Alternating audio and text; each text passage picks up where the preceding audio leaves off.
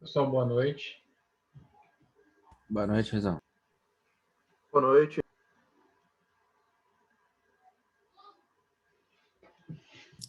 Boa noite.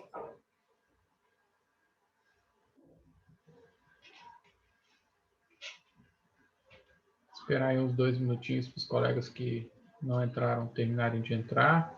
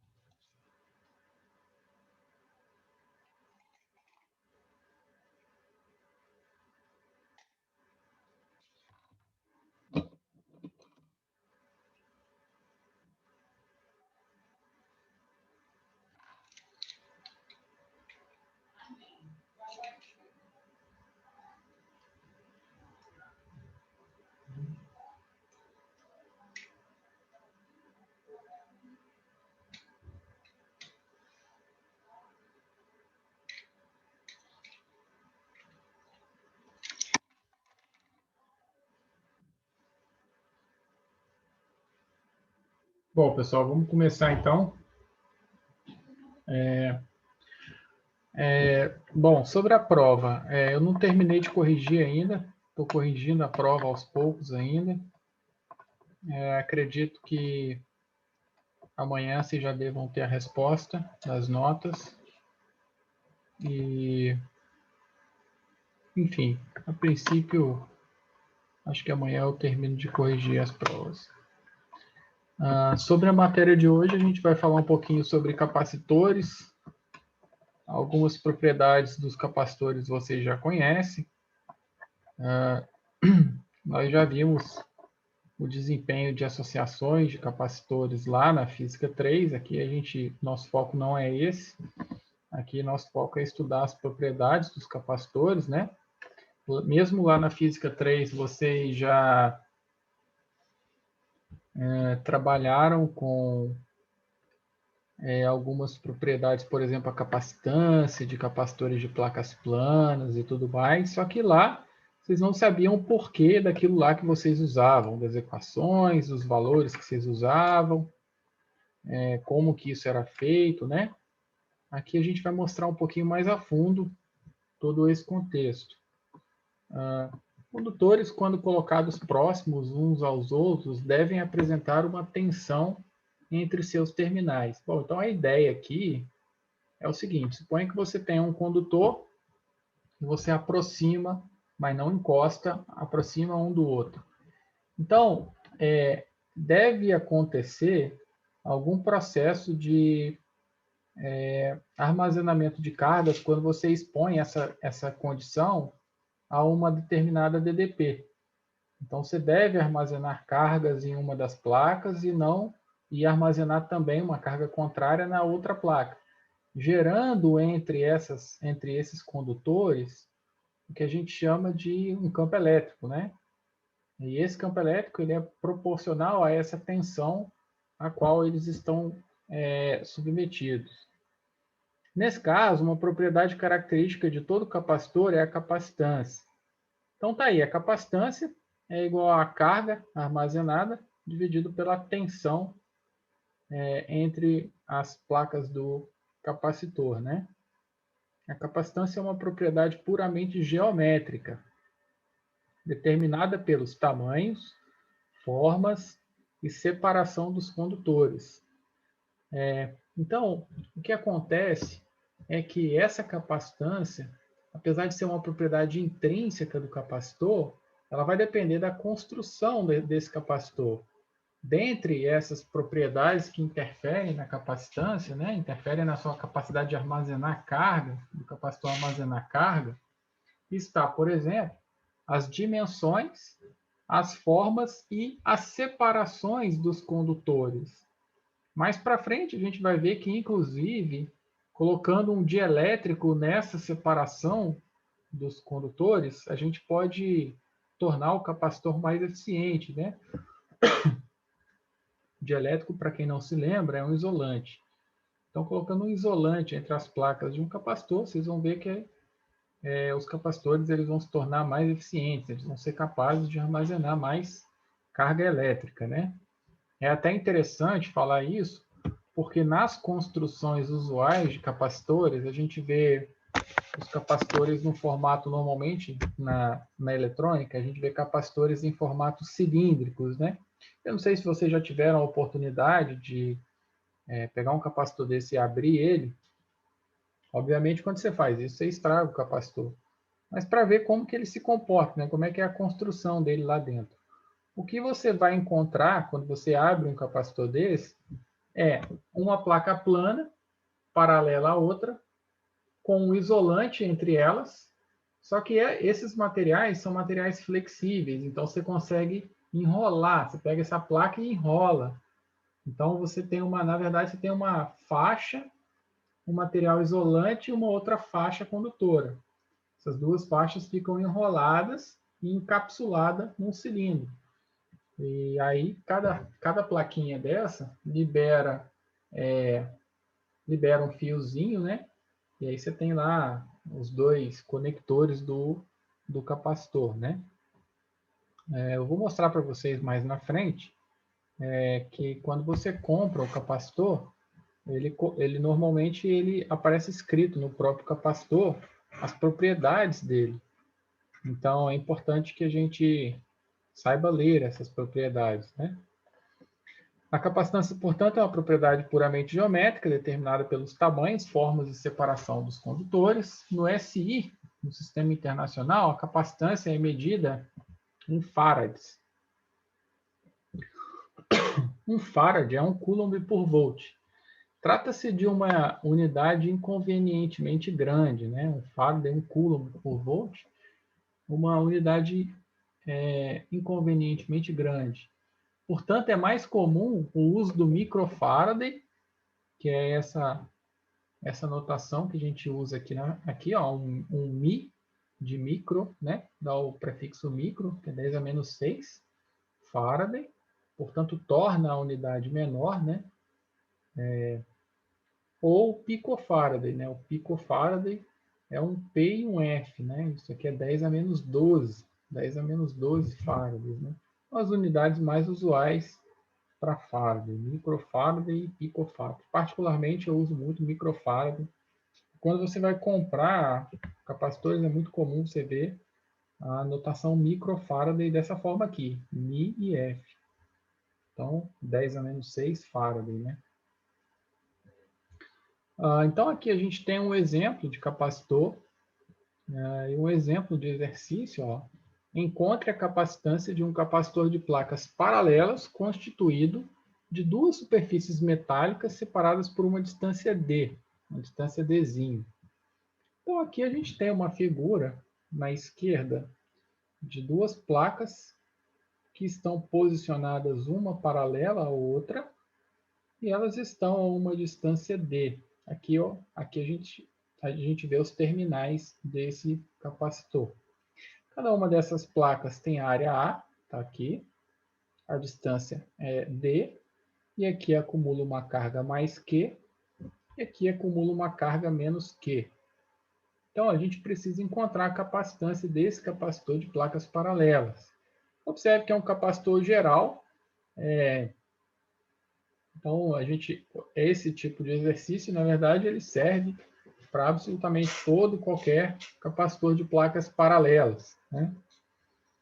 Então, por isso a importância desse exercício, é um exercício trivial que representa todo mundo. Conhecida a carga, conhecida a área, conhecida a distância, você consegue calcular a capacitância. Então, a solução: se imaginarmos uma carga mais Q de um dos lados e menos Q do outro lado, então está aqui, ó, você põe uma carga mais Q aqui nesse condutor e aqui uma carga menos Q nesse condutor aqui. Elas irão se espalhar uniformemente nas superfícies, né? Então, essa carga mais Q ela vai se espalhar uniformemente aqui na superfície. Não tem porquê, né?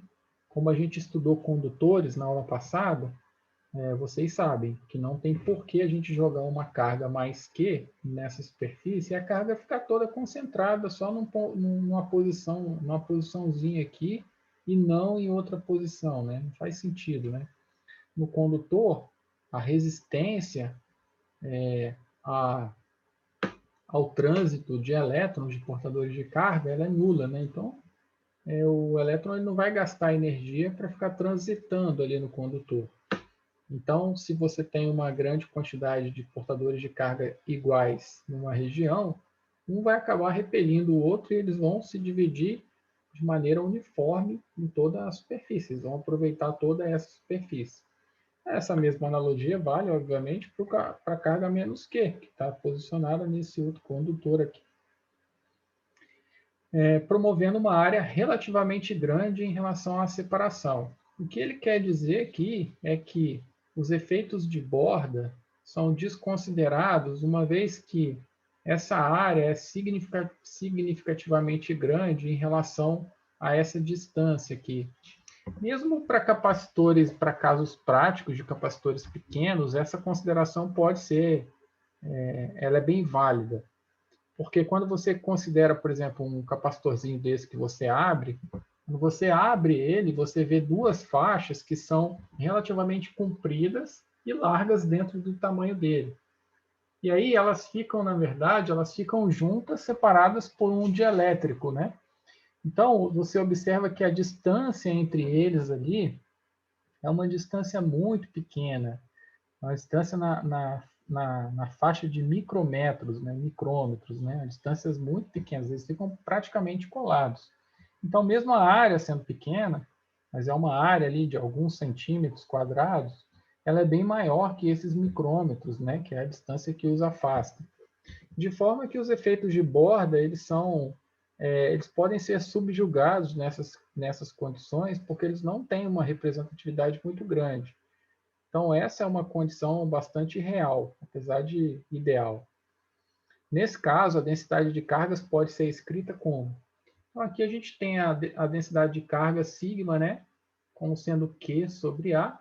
Então, aqui você interpreta da seguinte forma. Essa aqui é a densidade superficial de cargas. A gente viu isso lá na Física 3, já vimos aqui na Eletromag também. Que é a densidade superficial de cargas. É a quantidade de carga que você tem, dividido pela área a qual essa carga pode percorrer, né? Pode se posicionar. Então, nesse caso, a carga disponível aqui é mais Q, e essa área aqui vale A. Então, essa carga ela pode ser distribuída em toda essa área, de forma que a densidade superficial de cargas vire Q sobre A, né? Lembrando que a unidade disso daqui, a unidade de carga dividida por unidade de área no SI, coulomb por metro quadrado. Pois bem, uma vez que o campo elétrico no interior dessas placas pode ser calculado através da lei de Gauss, como? Aqui tem o campo, aqui próximo entre essas duas placas, né? Sigma sobre epsilon zero. Não sei se vocês lembram, mas a gente pode calcular isso de maneira bastante trivial, né? Deixa eu tentar fazer um desenho aqui, talvez vocês consigam entender. Suponha que você tem uma plaquinha aqui com uma densidade de cargas lambda. Isso aqui é uma placa, viu, pessoal? Deixa eu desenhar aqui. Uma superfície. Então, ela tem uma densidade de cargas lambda. E aí você quer calcular nessa região próxima a ela quanto que vale o campo elétrico, né? A maneira de você fazer isso, usando a lei de Gauss, você fazer uma caixinha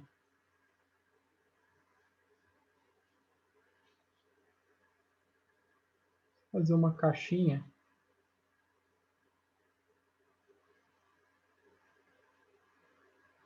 E aí você tem essa caixinha aqui de superfície gaussiana, né? Quando você usa lá a integral fechada de EdA igual a Q sobre ε0 para poder determinar o campo elétrico aqui, nessa região aqui, você vai ter no final que é igual. Suponha que aqui seja, aqui é sigma, né? Não lambda, né? Deixa eu limpar isso aqui.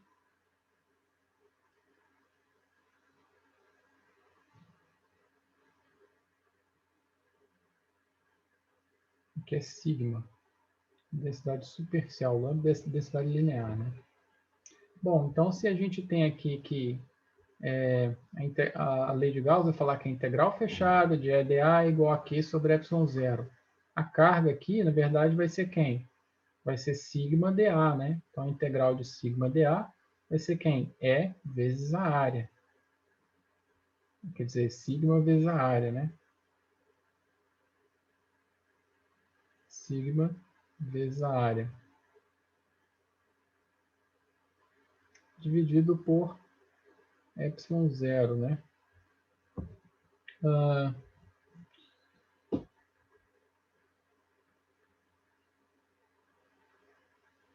Aqui a gente tem que... Aqui a lei de Gauss ela se escreve assim, integral fechada de EdA, né? EdA é igual a Q sobre ε0. Aí esse Q, como a gente não tem ele, a gente tem sigma, esse Q vira sigma dA. Quando você tira sigma dA, quando você integra, vai dar sigma vezes A, né? Sobre ε0. E aí tem esse A aqui. Esse A é a área da gaussiana. Então, repare que tem uma gaussiana aqui, né? Tem uma outra gaussiana aqui. É isso? Então, você considera a área da gaussiana, considera sigma, considera E vezes 2 vezes a área, né? Então, aqui vai ficar um 2 vezes a área. Porque você tem essa área aqui de cima, né? Essa área aqui de baixo. Pois bem, então você pode cortar essas áreas. Você tem sigma sobre 2ε0, é o campo elétrico aqui. Só que a gente está fazendo o campo para apenas uma placa. Quando você tem duas placas, você vai multiplicar esse campo por 2, porque uma vez que esse campo da carga positiva diverge, o campo da carga negativa converge. Então, na verdade, o que eu calculei aqui, que é igual a sigma sobre 2ε0, é o campo gerado por uma placa. Quando a gente tem duas placas, a gente tem que multiplicar isso daqui por 2. E aí a gente corta aqui, né? A gente tem que o campo elétrico vai ser sigma sobre ε0. Então, esse é o campo no interior de um capacitor de duas placas, né? de placas paralelas. Então, está aqui. Dali que sai, então, pessoal, isso aqui que ele falou. Desses cálculos que eu fiz aqui.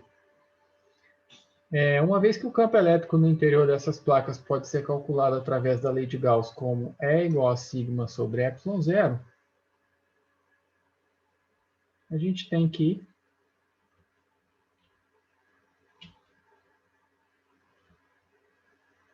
E é igual a QA sobre ε0, uma vez que sigma, eu já disse para vocês, é a densidade superficial de cargas, que é a carga dividida pela área.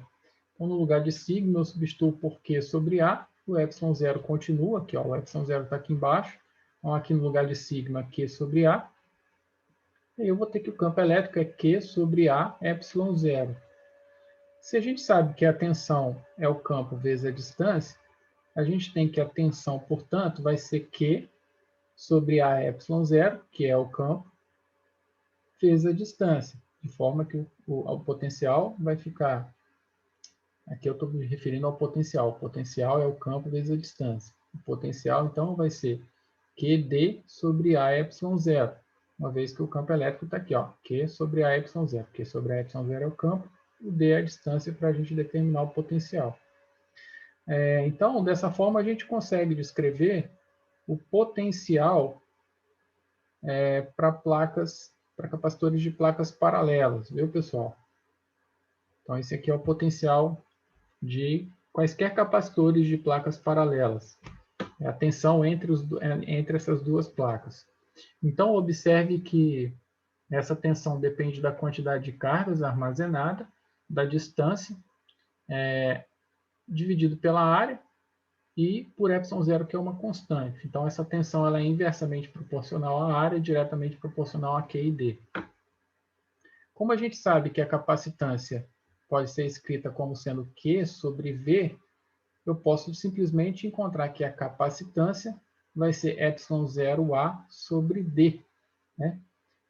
Então, aqui a gente tem o cálculo da capacitância para capacitores de placas paralelas. Então, está aqui. Nesse caso, é interessante que vocês observem que, para qualquer capacitor, portanto, de placas paralelas, a capacitância é ε0, que é uma constante, A, que é a área, dividido pela distância. Então, a capacitância, na verdade, ela é diretamente proporcional à área e inversamente proporcional à distância. Ou seja, se você pega um capacitor que você vai produzir, consegue aumentar a área e diminuir a distância entre as placas, você está aumentando a capacitância. E a capacitância está relacionada à capacidade dele armazenar carga. Então, quanto mais carga você quiser, maior tem que ser a área do capacitor de placas paralelas e menor tem que ser a distância entre eles. Então, por isso que o pessoal coloca normalmente algum material dielétrico, né, algum isolante, para também impedir que você aproxime tanto de forma que os elétrons possam pular de um condutor para outro, porque isso pode ocorrer. Se você aumentar muito a tensão, pode ser que os elétrons pulem de um condutor, né, de uma placa para outra placa. Então, por isso é interessante colocar ali um material isolante para evitar que ocorra esse tipo de coisa. E também para aumentar a capacitância, vocês estão vendo aí.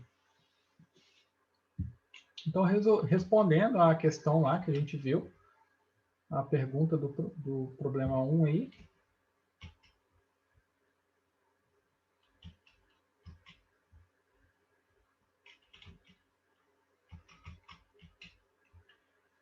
Então, respondendo aí à pergunta desse problema, a capacitância para um capacitor de placas paralelas, ela vai ser, então, ε0A sobre D. Até aqui tudo bem, pessoal?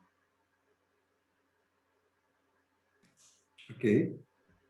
A única coisa que a gente acho que o mais difícil é determinar aqui a tensão para você substituir na equaçãozinha da capacitância, mas eu expliquei para vocês como que calcula a partir da lei de Gauss e, enfim, acho que não tem muita dúvida.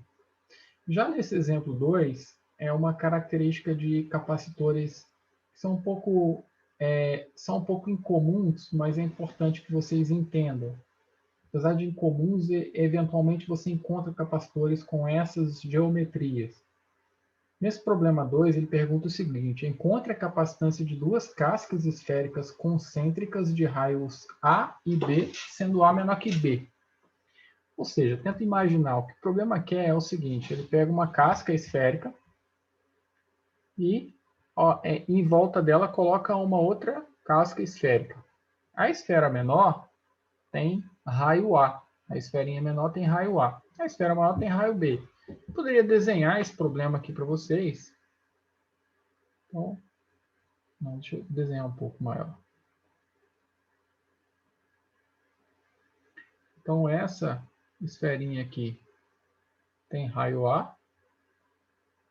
E aqui fora a gente tem uma esfera maior com raio B. Aqui é o centro das duas esferas. Elas estão concêntricas, né? Essa palavra diz isso. Então, a gente tem duas esferas. E aí ele pergunta o seguinte: qual que é a capacitância dessa condição aqui? Você vem aqui, coloca uma carga na esfera interna, uma carga na esfera externa. Como é que você calcula a capacitância? Nesse caso, a gente tem que lançar mão, mais uma vez, do campo elétrico, né? E o campo elétrico, você pode também encontrar através da lei de Gauss. Suponha que você tem aqui a esfera menor, e aí você traça uma gaussiana na redondeza dessa esfera menor. Quando você usa a lei de Gauss, você vai ter que é igual à carga interna. Suponha que a carga da esfera interna seja mais Q. Então, a carga interna dividido EdA igual a Q sobre ε0, né? Então, a área, nesse caso, da esfera é 4π. Nesse caso, a gaussiana tem raio R, 4πr quadrado, ε0, né? Isso aqui aponta na direção radial, né? Porque o campo elétrico ele é sempre divergente para portadores de carga positiva. Então, você pode encontrar simplesmente aplicando a lei de Gauss, e aí você vai chegar nesse valor aqui para o campo elétrico, entre as duas cascas esféricas, né? Então, esse aqui é o campo elétrico entre as duas cascas esféricas. A pergunta que se faz, que muitos alunos me perguntam, é o seguinte: Riso, mas você falou na aula passada que quando você tem um condutor, o campo elétrico no interior do condutor é nulo. Ele deixou de ser válida essa condição? Não. Essa condição ela continua válida. Nesse caso, pessoal, a gente não está tratando de um condutor maciço. A gente está tratando de uma casca esférica, um espaço e uma outra casca esférica. Então, nesse caso, não é um condutor maciço. Então, por isso, pode haver campo elétrico entre essas duas cascas esféricas. Bom, de posse do campo elétrico, a gente consegue calcular o potencial fazendo equaçãozinha do potencial, integral fechada, de um lugar até o outro, que é a diferença de potencial que você quer, é escalar dl. Quando você faz isso e substitui no lugar de E o que você encontrou aqui, você tem que dl, o elemento dl está na direção radial, então vai virar dr, né? Aqui o dr, que é o dl da direção radial. E aí você observa que 4π ε0, isso tudo aqui é constante. Se isso tudo aqui é constante... Riso, só uma dúvida. Oi? Na integral, a gente não usa colocar o valor menor na base? Não seria... Não está invertido aí, não? Não, é porque Esse eu estou saindo... Então, é porque eu estou saindo de B indo para A. Entendeu? Porque quando a gente... ok. A integral do potencial é de onde você vai, normalmente, de potenciais menores para potenciais maiores. É por isso que você já deve ter ouvido a pergunta seguinte: qual que é a diferença, o potencial de um local tal, considerando o potencial do infinito como nulo? Então, por que ele fala isso? Para você considerar que você está partindo do infinito e indo para o lugar que você quer calcular, de E escalar dl. Entendeu? Aí o potencial lá no infinito ele é nulo. O potencial lá no infinito ele é nulo. Porque o potencial, na verdade, ele é uma propriedade que está relacionada a alguma referência. Então, quando você calcula potencial, na verdade, você está calculando diferença de potencial em relação a alguma coisa. Então, nesse caso aqui, você tem duas esferas, você está calculando essa diferença de potencial aqui. Essa diferença de potencial entre essas duas esferas.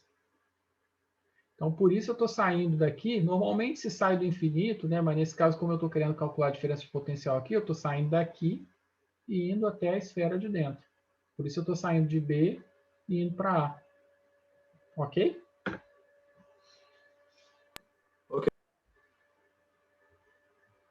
De E escalar dl. Bom, o E a gente acabou de calcular pela lei de Gauss.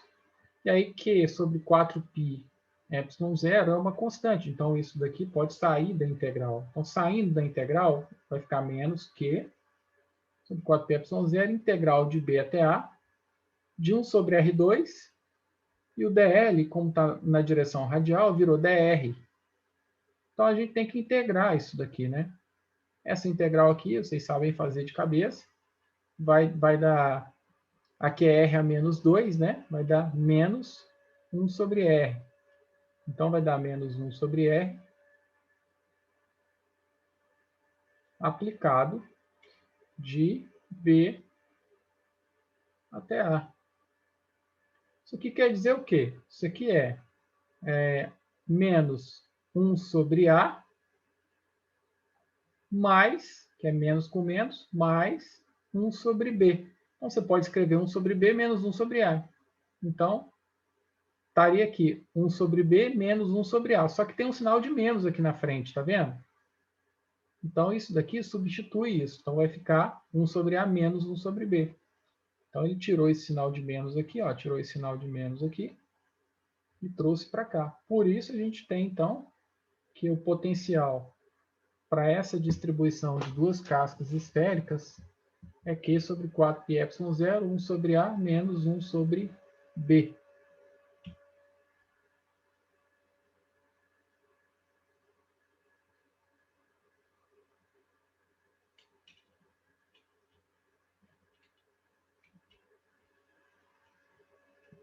Dessa forma, pessoal, como que vocês fariam para encontrar essa capacitância? Bom, nesse caso, a gente já tem o V, né? Capacitância é a carga dividido por V. Então, só substituir aqui, ó, capacitância é a carga dividido por V. Então, você vai ter isso daqui no denominador, a carga no numerador, você vai poder cortar essas duas cargas, você vai ter que a capacitância vai ser quem?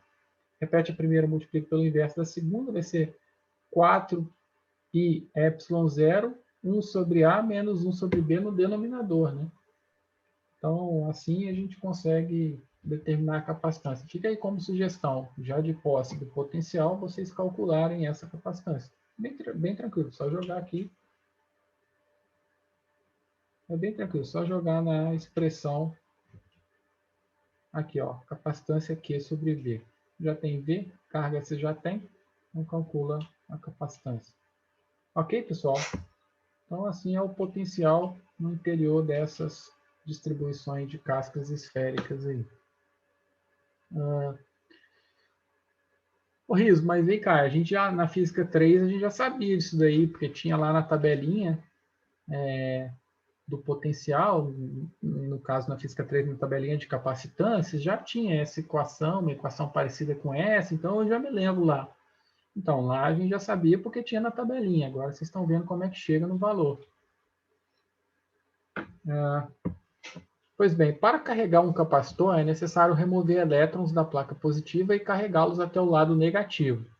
Então, pensa só, você tem aqui um capacitor de placas paralelas, tem uma plaquinha aqui, e tem uma outra plaquinha aqui. Elas são paralelas entre si, então há uma distância D, cada uma tem uma área A, essa tem uma carga mais Q, essa tem uma carga menos Q. O problema é que nesse processo de armazenamento de carga no capacitor, será necessário lutar contra um campo elétrico que aponta na direção contrária. A ideia aqui é a seguinte, se eu estou jogando carga positiva para cá, se estou jogando carga negativa para cá, aqui já tem carga positiva. Então, vai existir uma repulsão natural dessas cargas positivas que já estão aqui posicionadas, tentando trazer as cargas positivas para o outro lado. E vai ter uma atração dessas cargas negativas aqui, tentando puxar as cargas positivas para cá. Né? As opostas elas se repelem e as diferentes se atraem. Da mesma forma, as negativas, transportando carga negativa para cá, mas já tem muita carga negativa aqui. Elas estão querendo expulsar essa negativa para lá.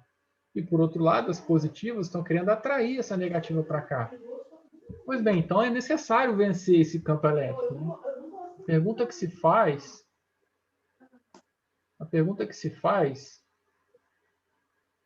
Acho que alguém está com o áudio aberto. Maria.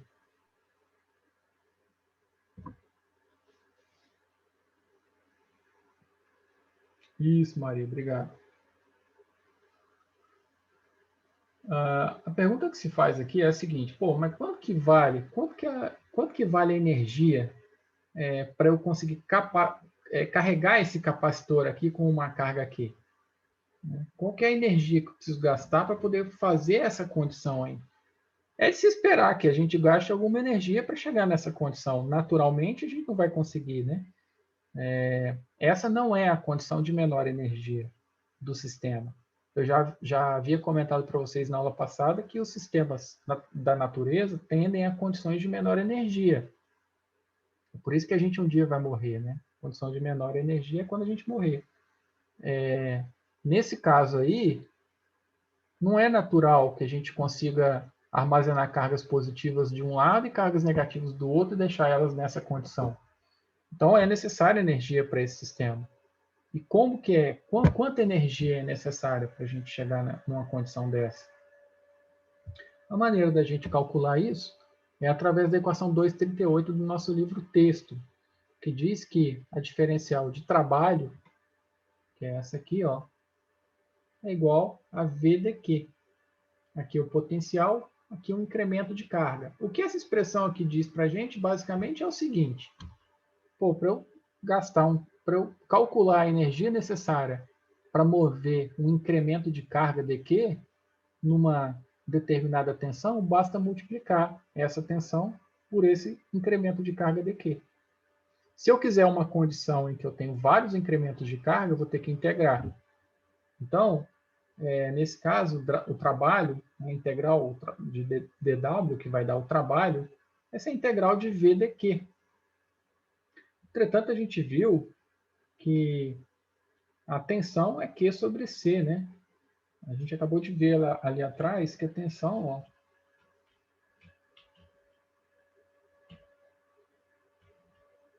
aqui, ó, a tensão, ela vem aqui para cima, né? Então você vai ter Q sobre C.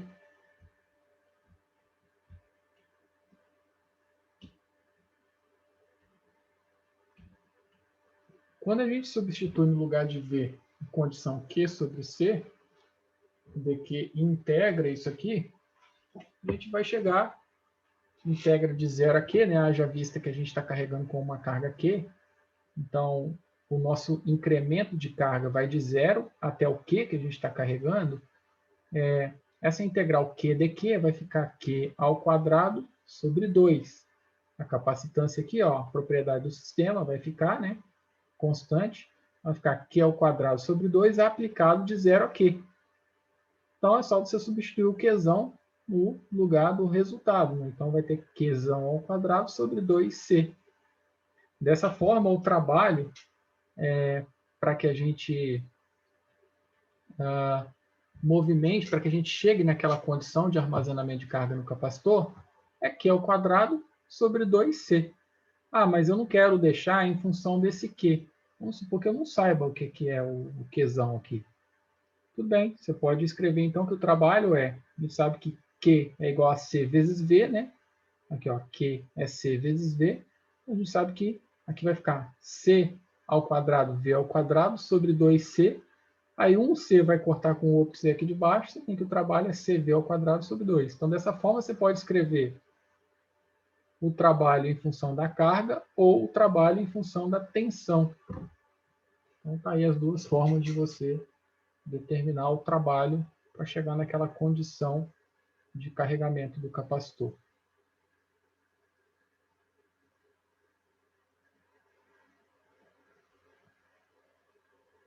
O pessoal está acabando o tempo aqui.